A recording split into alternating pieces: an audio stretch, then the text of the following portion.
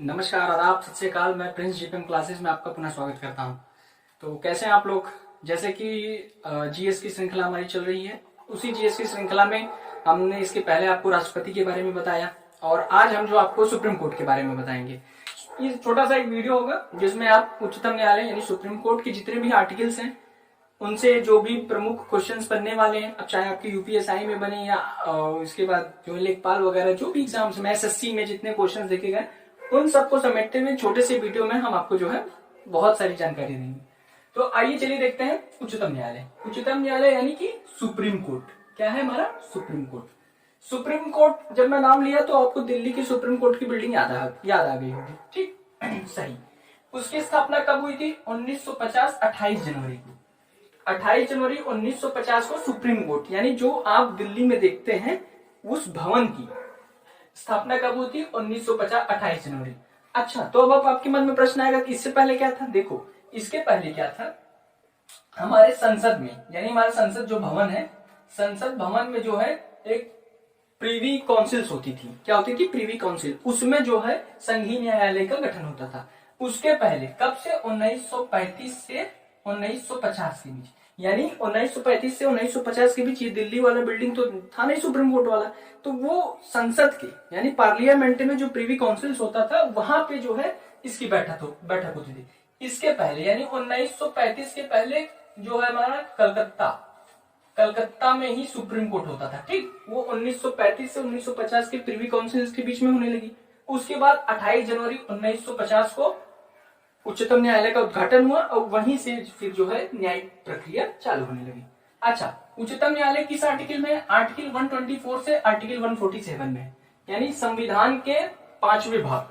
चौथे भाग में, 5वें भाग में अनुच्छेद 124 से अनुच्छेद 147 के बीच में सुप्रीम कोर्ट की बात की गई है, ठीक? अब देखिए, वर्तमान में सुप्रीम कोर्ट में कितने जज हैं? 33 जज हैं और उसके साथ कौन है? एक सीजीआई है, चीफ जस्टिस, यानी कुल मिला के कितने जज हैं? 34 जज हैं, ठीक?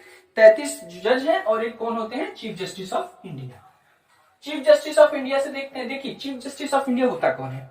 सुप्रीम कोर्ट है। सुप्रीम कोर्ट के जो सबसे मुख्य जज होते हैं, यानी सुप्रीम कोर्ट के अन्य जजों में से, यानी 34 जजों में से जो मुख्य होता है वो ये एक उम्र के हिसाब से होता है। जैसे जिसकी सीनियरिटी रहती है उनको जो है सीजीआई घोषित किया जाता है। क्या घोषित किया जाता है? Chief justice of India. अब जैसे कि इस समय के चीफ जस्टिस कौन है? शरद अरविंद बोबड़े जी हैं। इस समय के चीफ जस्टिस कौन है हमारे भारत के? शरद अरविंद बोबड़े जी। ये इनकी नियुक्ति 18 नवंबर 2019 को हुई थी। कब हुई थी? 18 नवंबर 2019 को। और ये चौथे नंबर के हैं, ये 47वें नंबर के हैं। ये आप याद रखिए, परीक्षा उपयोगी दृष्टिकोण से आप याद रखिए, शरद अरविंद बोबड़े जी ये कौन से नंबर का है? ये अभी देखिए रेलवे में एक प्रश्न आता है, एनटीपीसी के एग्जाम में एक बार ये पूछा गया है कि शरद अरविंद बोबड़े चौथे नंबर के हैं। किसी ने 46 मार दिया, किसी ने 45 मार दिया, लेकिन ये हकीकत में क्या है? 47 है, 47वें नंबर की। इनकी नियुक्ति कब हुई थी? 18 नवंबर 2019 को, ठीक? हाई कोर्ट में देख लिए। अच्छा, सुप्रीम कोर्ट में देखे 33 जज होते हैं और एक सीजीआई होते हैं, ठीक? देखिए, सुप्रीम कोर्ट हमारे देश का सर्वोच्चतम न्यायालय है और हमारे देश में ये एक पाया जाता है, यानी पूरे देश का केंद्रीय न्यायालय है।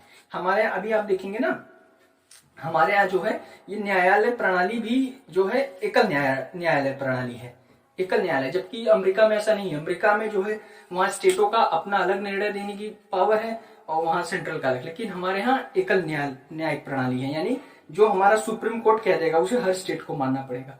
जो हमारा सुप्रीम कोर्ट कह देगा उसे हर स्टेट को मानना पड़ेगा। तो हमारे देश में क्या है? एक सुप्रीम कोर्ट है और बाकी कितने? 25 हाई कोर्ट है, ठीक? 25 क्या है? हाई कोर्ट है। ये राज्यों में, मतलब हर एक राज्य में एक हाई कोर्ट है। लेकिन ऐसा जरूरी नहीं कि एक हाई कोर्ट एक ही राज्य के लिए हो, वो कई राज्यों के लिए भी हो सकता है, ठीक? अगला देखते हैं। अब देखिए, सुप्रीम कोर्ट में जज बनने हेतु, सुप्रीम कोर्ट में जज बनने के लिए आपके पास कौन सी एलिजिबिलिटी होनी चाहिए, कौन सी अर्हता होनी चाहिए? आप हाई कोर्ट में 5 साल के न्यायाधीश रहे हो। आप हाई कोर्ट में 5 साल का आपके पास मतलब न्यायाधीश, बतौर न्यायाधीश का आपके पास अनुभव रहा हो और आपका उम्र 65 वर्ष से कम हो। क्या हो? 65 वर्ष से कम हो, ठीक? आपका उम्र 65 वर्ष से कम हो और आप जो है हाई कोर्ट में 5 साल के लिए न्यायाधीश नियुक्त हुए हैं, ठीक? तो आप जाके जो है सुप्रीम कोर्ट के बन सकते हैं। दूसरी चीज क्या है? कॉलेजियम। अच्छा, इनकी नियुक्ति कैसे होती है, जजों की नियुक्ति कैसे होती है? जजों की नियुक्ति एक सिस्टम है, कोलेजियम सिस्टम जिसको कहते हैं। क्या कहते हैं? कोलेजियम सिस्टम प्लस राष्ट्रपति, यानी जजों की नियुक्ति कैसे होती है? कोलेजियम से होती है। कोलेजियम क्या है? कोलेजियम देखिए कई जजों का एक समूह होता है जिसको बार कहते हैं। कई जो है जजों का एक समूह होता है, वो जो है नाम चयन करता है। इसमें कॉलेजियम में जो है कानून मंत्री की भी भूमिका होती है, भारत सरकार के कानून मंत्री की। तो ये जो नाम चयन करते हैं, फिर अंतिम मुहर राष्ट्रपति लगाता है। अंतिम मुहर कौन लगाता है? राष्ट्रपति लगाता है। यानी यहाँ कहने का मतलब है कि सुप्रीम कोर्ट के जजों का नियुक्ति कौन करता है? राष्ट्रपति करता है। That's it. अब अगला देखिए। अच्छा, अब इनकी मान लो नियुक्ति हो गई, इनका महाभियोग, इनको हटाया कैसे जा सकता है? या तो वे शिक्षा से हटे, या तो उनकी उम्र जो है 65 वर्ष हो जाए, उनकी उम्र 65 वर्ष हो जाए। तो लेकिन दूसरा क्या है? महाभियोग। जब ये क्या करेंगे? जब ये संविधान का अतिक्रमण करेंगे। किसका? संविधान का अतिक्रमण। तब इनको जो है आर्टिकल 124 के चौथे भाग में, आर्टिकल 124 के चौथे भाग में महाभियोग लिखा गया है, वे हटाए जाएंगे सदन के द्वारा। किसके द्वारा? सदन के द्वारा, यानी लोकसभा राज्यसभा के द्वारा इनको आर्टिकल 124 में चौथे भाग में हटाने की प्रयोजन है। किसमें? महाभियोग के लिए। अच्छा, क्या अभी तक ऐसा कोई है चीफ जस्टिस जिसे महाभियोग द्वारा हटाया गया है? हाँ जी, हटाया नहीं, ऐसी अभी तक कोई नहीं है। अभी तक ऐसा कोई न्यायाधीश नहीं जिसे चीफ जस्टिस मतलब महाभियोग के द्वारा हटाया गया। लेकिन एक जस्टिस वीर स्वामी रामास्वामी थे। कौन थे? एक जस्टिस वीर स्वामी रामास्वामी थे 1969 में। इन पर जो है प्रक्रिया शुरुआत की गई थी। हालांकि इन्होंने प्रक्रिया की शुरुआत होने से पहले ही इस्तीफा दे दिया। ठीक, वो अलग इशू है। अब देखिए, seat of supreme court article 130 में है, यानी सीट ऑफ सुप्रीम कोर्ट 130 में है। और दूसरा क्या है? अभिलेख न्यायालय क्या है? आर्टिकल 129 में। ठीक, ये आर्टिकल पे आप बिल्कुल ध्यान दीजिए, क्योंकि आने वाले प्रश्न ऐसे ही बनते हैं। वो पूछ देगा कि उच्चतम न्यायालय स्वयं में एक अभिलेख न्यायालय है, बताइए यह किस अनुच्छेद से है? तो आपको याद रहेगा, बता देंगे संविधान की 129 से है, आर्टिकल से। तो इस पे फोकस कीजिए। देखिए, अभिलेख न्यायालय उच्चतम न्यायालय यानी सुप्रीम कोर्ट अपने आप में क्या है? कोर्ट ऑफ रिकॉर्ड है। कौन कहता है? ये आर्टिकल 129 कहता है। अब कोर्ट ऑफ रिकॉर्ड क्या होता है? अभिलेख न्यायालय का मतलब होता है सुप्रीम कोर्ट की जो भी जजमेंट है, सुप्रीम कोर्ट की जो भी जजमेंट है, उसे जो है प्रमुख माना जाता है, और उस जजमेंट को और कोई भी, यानी कोई भी हाई कोर्ट उसे खारिज नहीं कर सकता। सुप्रीम कोर्ट के, इसीलिए उसको क्या कहते हैं? अभिलेख न्यायालय कहते हैं। यानी कोर्ट ऑफ रिकॉर्ड वो एक प्रकार का रिकॉर्ड है, उस जजमेंट को रिकॉर्ड पे रखा जाता है। उसी जजमेंट को बेस मानकर हाईकोर्ट भी अपने निर्णय देते हैं। ये क्या है? ये आर्टिकल 129 में। ठीक, सुप्रीम कोर्ट के न्याय को, यानी सुप्रीम कोर्ट के न्याय को सिर्फ कौन चुनौती दे सकता है? सुप्रीम कोर्ट ही दे सकता है। ठीक, दूसरा चीज देखिए, सुप्रीम कोर्ट के मूल अधिकार किस आर्टिकल से है? 131 से है। सुप्रीम कोर्ट का मूल अधिकार किस आर्टिकल से? 131 से। न्यायिक समीक्षा माने जुडिशियल रिव्यू, ये क्या है? आर्टिकल 137 में। न्यायिक समीक्षा यानी किसी भी, जैसे कि अभी आप देखते होंगे, कोई भी लोकसभा के द्वारा या सरकार के द्वारा, यानी लोकसभा या सदन के द्वारा कोई भी एक्ट पारित होता है, तो वो सुप्रीम कोर्ट के पास उसमें पावर है आर्टिकल 137 के तहत कि वो उसकी जुडिशियल रिव्यू ले सकता है कि कहीं वो मानवाधिकार का उल्लंघन तो नहीं है, या हमारे जो बेसिक स्ट्रक्चर ऑफ लॉ है, यानी जो हमारे संविधान के मूलभूत ढांचा है, कहीं उनका उल्लंघन तो नहीं हो रहा। तो ये काम कौन करता है? ये जो है सुप्रीम कोर्ट करता है। किस आर्टिकल में? 137 में, न्यायिक समीक्षा। ठीक, जुडिशियल रिव्यू। अगला क्या है? राष्ट्रपति को सलाह। एक चीज देखिए, आर्टिकल 143 जो है, ये क्या है? ये सर्वोच्च आर्टिकल 143 जो है, ये क्षेत्राधिकार है किसका? राष्ट्रपति का। यानी राष्ट्रपति किसी भी विचार पर, किसी भी विमर्श पर, देश की व्यापी किसी भी विमर्श को लेकर वह सुप्रीम कोर्ट से सलाह ले सकता है। किस अनुच्छेद में? 143। कौन ले सकता है? राष्ट्रपति ले सकता है। ये राष्ट्रपति का सलाहकार क्षेत्राधिकार है। ठीक, यानी राष्ट्रपति देशव्यापी किसी भी विमर्श को लेकर वह सुप्रीम कोर्ट से आर्टिकल 143 के तहत राय ले सकता है। ठीक, अगला देखते हैं, आगे देखते हैं क्या है।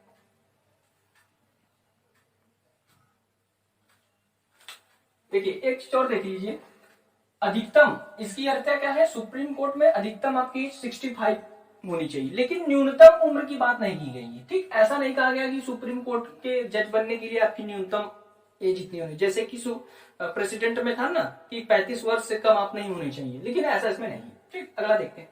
देखिए, सुप्रीम कोर्ट में कुछ चीजें यूएसए से ली गई हैं, अक्सर एग्जामों में पूछा जाता है। हमारे सुप्रीम कोर्ट में हमारे सर्वोच्च न्यायालय के कुछ विधि विधान ऐसे हैं जो कि यूएसए यानी यूनाइटेड स्टेट ऑफ अमेरिका के संविधान से लिए गए हैं, उनको देखते हैं।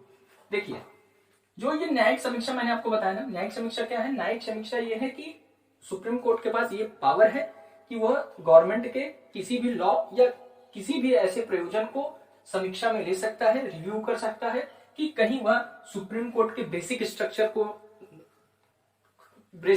को डिस्टर्ब तो नहीं कर रहा है, यानी भारत के जो संविधान के मूलभूत सिद्धांत है उनका उल्लंघन तो नहीं कर रहा है। इस आधार पर वो क्या करता है? न्यायिक समीक्षा करता है।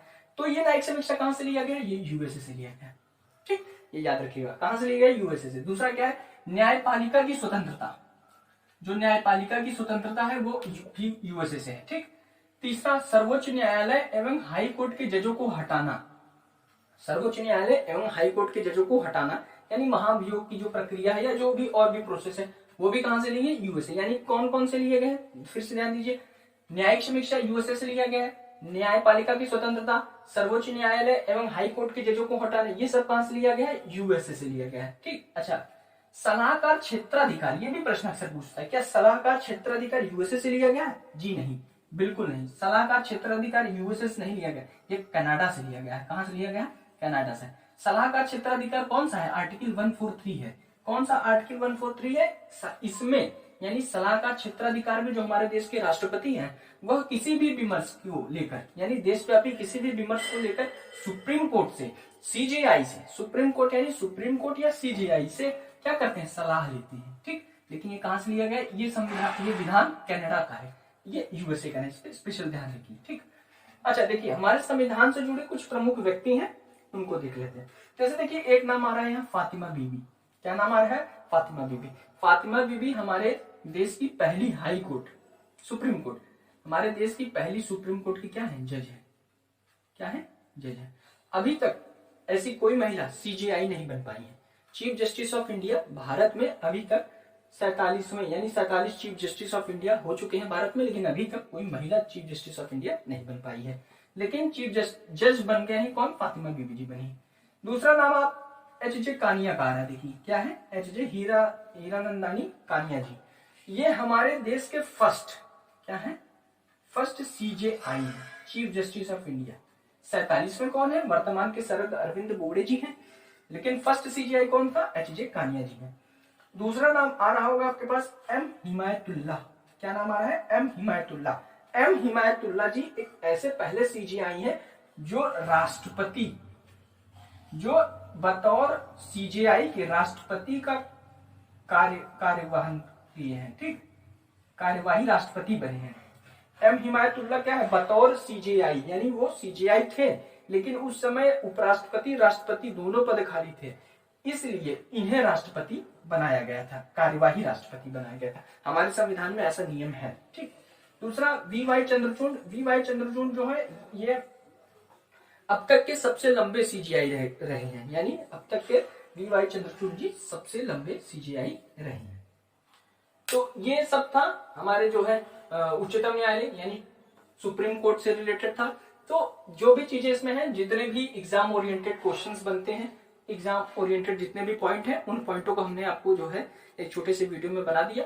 तो आप इस वीडियो को जो है बार बार देखिए और अपने कॉन्सेप्ट हमेशा क्लियर रखिए, और क्योंकि आपका कॉन्सेप्ट क्लियर रहेगा तो फिर आप जो है जीएस के एग्जामों में यानी जहां जीके आते हैं वहां आपकी एक्यूरेसी अच्छी रहेगी।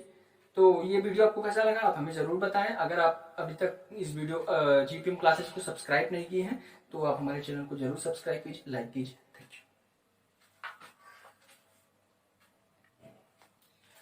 तो ये आपसे रहा जो है सुप्रीम कोर्ट से संबंधित जो भी फैक्ट्स थे, चीजें मैं हमने बता दी। कुछ चीजें देखिए, जान लीजिए आप, सुप्रीम कोर्ट का रिटायर्ड जज, सुप्रीम कोर्ट का चाहे वो सीजीआई हो चाहे जज हो, वो कहीं और फिर जो है न्याय अपनी वकालत का काम नहीं कर सकता, कहीं भी वह वकालत का नहीं कर सकता। दूसरी चीज क्या है? सीजीआई की जो नियुक्ति है, शपथ या गोपनीयता की शपथ, गोपनीयता की शपथ सीजीआई को कौन दिलाता है, सीजीआई कहे या सुप्रीम कोर्ट के जो भी जज है, सुप्रीम कोर्ट के जजों की गोपनीयता का शपथ राष्ट्रपति दिलाता है। अच्छा, तीसरा चीज क्या है, सीजीआई के पास पावर है, सीजीआई के पास, देखिए सुप्रीम कोर्ट का एकल पीठ है, सुप्रीम कोर्ट का एकल पीठ है और यह वर्तमान में कहाँ है, दिल्ली में, जैसा कि आप जानते हैं। और दूसरी चीज क्या है, सुप्रीम कोर्ट का जो जज होता है उसके पास इतना अधिकार है कि वह राष्ट्रपति के साथ मिलकर, राष्ट्रपति से विमर्श करके, परामर्श लेकर वह इस एकल पीठ को कहीं और भी स्थापित कर सकता है। जैसे कि ऐसा 2 बार हुआ है, एक हैदराबाद में भी सुप्रीम कोर्ट की पीठ स्थापित की गई और एक बार श्रीनगर में भी की गई है। तो ये सिर्फ किसके पास अधिकार है, सीजीआई के पास, यानी सीजीआई राष्ट्रपति से मिलकर इस एकल पीठ को यानी सुप्रीम कोर्ट की पीठ को कहीं और भी स्थापित कर सकता है। और सुप्रीम कोर्ट का मतलब ये सिर्फ ढांचा नहीं है जो आप देखते हैं, सुप्रीम कोर्ट का मतलब जो आप दिल्ली में देखते हैं ये बिल्डिंग सुप्रीम कोर्ट की है। सुप्रीम कोर्ट अपने आप में जो है जज होते हैं, सुप्रीम कोर्ट यानी चीफ जस्टिस ऑफ इंडिया। तो ये कुछ चीजें थी। तो आपको ये वीडियो कैसा लगा आप हमें जरूर बताएं, और कुछ चीजें जो आपको अगर नहीं समझ में आई या आपको लगा कि ये नहीं बताया गया तो आप हमें कमेंट सेक्शन में जरूर बताएं, हम उसको फिर पूर्णता के साथ लाएंगे। और अगर आप अभी तक हमारे चैनल को सब्सक्राइब नहीं किए तो आप सब्सक्राइब कर लीजिए, क्योंकि इसी तरह की इंफॉर्मेटिव नॉलेज जो आप जनरली लाइफ में लोगों को आनी चाहिए ये। और अगर आप किसी भी गवर्नमेंट जॉब एस्पायरेंट है और किसी भी गवर्नमेंट जॉब की प्रतियोगिता की परीक्षा करते हैं तो ये आपके लिए वीडियो लाभदायक होगा।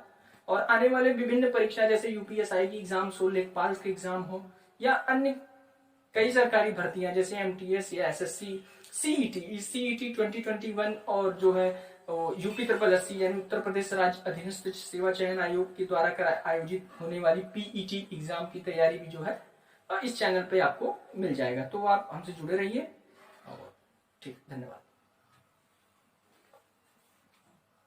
वीडियो के अंत में हम आपको एक जीके ट्रिक्स देते हैं, तो आज भी देखें। आज क्या है, जितने भी ऑर्गेनाइजेशंस हैं उनके जो मुख्यालय, उनके हेडक्वार्टर कहाँ पे, उन सबको देखिए। जैसे जितने भी उनके हेडक्वार्टर जिनेवा स्विट्जरलैंड में, जितने भी ऑर्गेनाइजेशंस के हेडक्वार्टर जिनेवा और स्विट्जरलैंड में है, उनके शुरू में W रहेगा या और लास्ट में O रहेगा, या शुरू में I रहेगा और लास्ट में O रहेगा। यही हमारा ट्रिक है। ठीक, क्या है, शुरू में या तो W, जैसे देखो WHO में W क्या है, शुरू में, O लास्ट में, यानी इसका हेडक्वार्टर कहाँ होगा, जिनेवा में होगा।